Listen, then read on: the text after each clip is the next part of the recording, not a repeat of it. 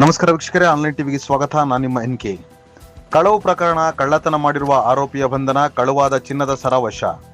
ದಿನಾಂಕ 19/4/2025 ಸಂಜೆ 6:30 ಗಂಟೆಯಲ್ಲಿ ಶ್ರೀಮತಿ ರೂಪಕಲಾರವರು ತುಮಕೂರು ಜಿಲ್ಲೆ ಚೇಳೂರು ಪೊಲೀಸ್ ಠಾಣೆಗೆ ಹಾಜರಾಗಿ ದಿನಾಂಕ 16/4/2025 ನನ್ನ ತಾಯಿ ಶ್ರೀಮತಿ ಸಿದ್ದರಾಮಕ್ಕರವರು ಗುಬ್ಬಿ ತಾಲೂಕು ಆಗಲವಾಡಿ ಗ್ರಾಮದ ನಮ್ಮ ಮನೆಯ ಹಾಲ್ನಲ್ಲಿ ದಿವಾನ್ ಕಾಟ್ ಮೇಲೆ ದಿಂಬಿನ ಕೆಳಗಡೆ 2 ಎಳೆಯ ಸುಮಾರು 40 ಗ್ರಾಂ ತೂಕದ ಚಿನ್ನದ ಮಾಂಗಲ್ಯ ಸರವನ್ನು ಬಿಚ್ಚಿಟ್ಟು ಮಧ್ಯಾಹ್ನ 2 ಗಂಟೆಯಿಂದ 5 ಗಂಟೆಯವರೆಗೆ ಮಲಗಿಕೊಂಡಿದ್ದಾಗ ಮನೆಯ ಒಳಗಡೆ ಬಂದ ಯಾರೋ ಕಳ್ಳ ಸರವನ್ನು ಕಳ್ಳತನ ಮಾಡಿಕೊಂಡು ಹೋಗಿರುತ್ತಾನೆ ಇತ್ಯಾದಿಯಾಗಿ ನೀಡಿದ ದೂರಿನ ಮೇರೆಗೆ ಚೇಳೂರು ಪೊಲೀಸ್ ಠಾಣಾ ವ್ಯಾಪ್ತಿಯಲ್ಲಿ ಪ್ರಕರಣ ದಾಖಲಿಸಿಕೊಂಡು ತನಿಖೆ ಕೈಗೊಂಡಿರುತ್ತಾರೆ.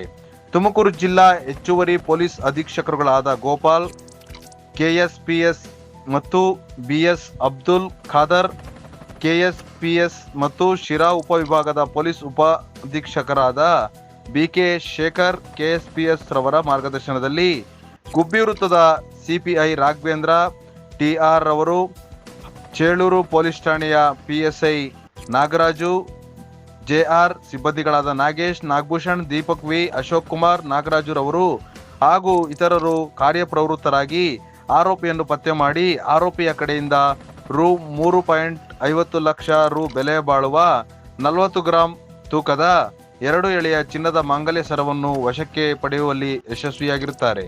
ವರದಿ ಆನ್ಲೈನ್ ಟಿವಿ.